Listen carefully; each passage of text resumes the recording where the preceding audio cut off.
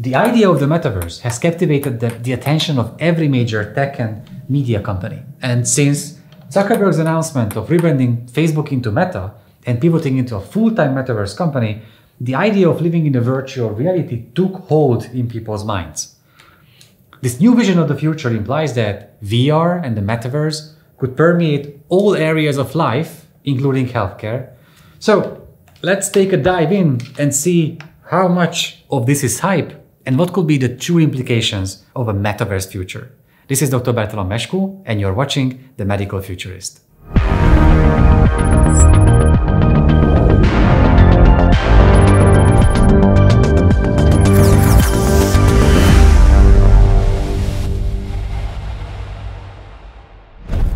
Conceptually, the metaverse is a wonderful idea that was invented many decades ago on the pages of science fiction novels. The notion that we can escape to a limitless virtual space is so enticing that now, as technology caught up with the imagination of the likes of Neil Stephenson and William Gibson, all the major tech companies are pushing forward to make it a reality. The metaverse is promised to be the biggest major tech disruption to our everyday lives since the invention of smartphones. And just like with smartphones, all the major industries need to adapt to it, which includes healthcare too.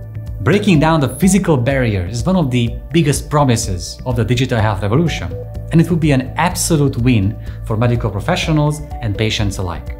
The pandemic has shown us already how valuable it is when we don't have to go already overburdened hospitals and doctors' offices for every simple consultation, but we can have remote care through telemedical services.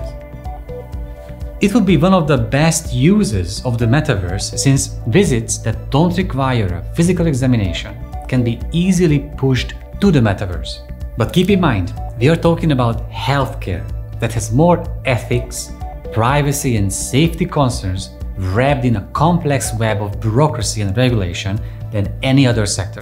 The so-called metaverse will pose unique challenges to the healthcare industry. Patients' confidential information is protected under strict laws such as the HIPAA, Health Insurance Portability and Accountability Act. And even in virtual reality, there has to be a sacred pillar when we create new healthcare products. The way we deal with health insurance, reimbursements, and prescriptions all has to be reconsidered and reinvented in this new world. Simply put, adaptation is going to be an uphill battle compared to the gaming industry. But the biggest problem when it comes to healthcare in the metaverse is accessibility.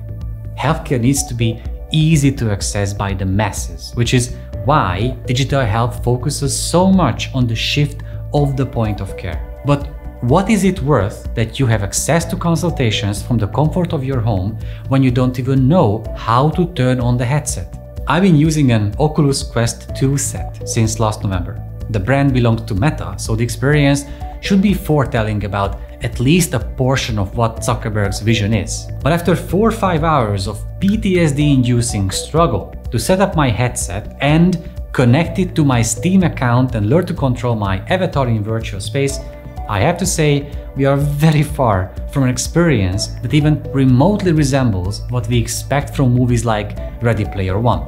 There is a huge potential for using the metaverse in psychiatric sessions, for example, but we can't ask a doctor to do therapy and make educated decisions on a patient's condition based on a conversation with a floating, expressionless avatar. We can't ask a patient in need to have an hours-long tech struggle just to get into the metaverse for a consultation. While the vision of tech giants is sound, their execution so far is lazy and sloppy. And when you look at Zuckerberg's presentation, it doesn't seem like we are too far from where Nintendo Wii was 10 years ago.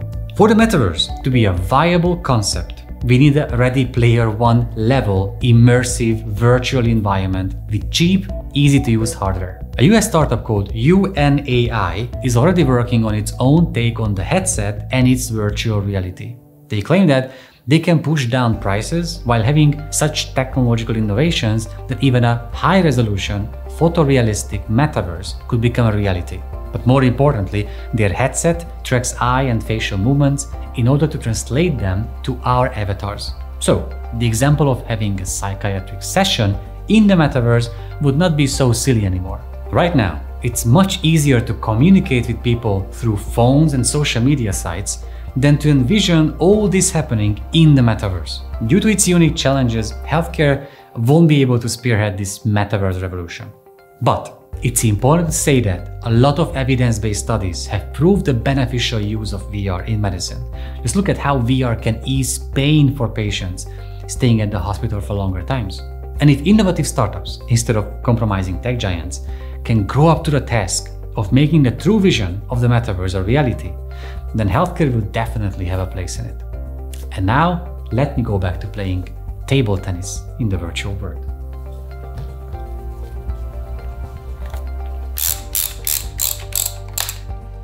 If you like this video, please leave a comment and subscribe below. Also, please don't forget to tap the notification bell so you will get notified about all new videos. Thank you so much in the name of the Medical Futurist team.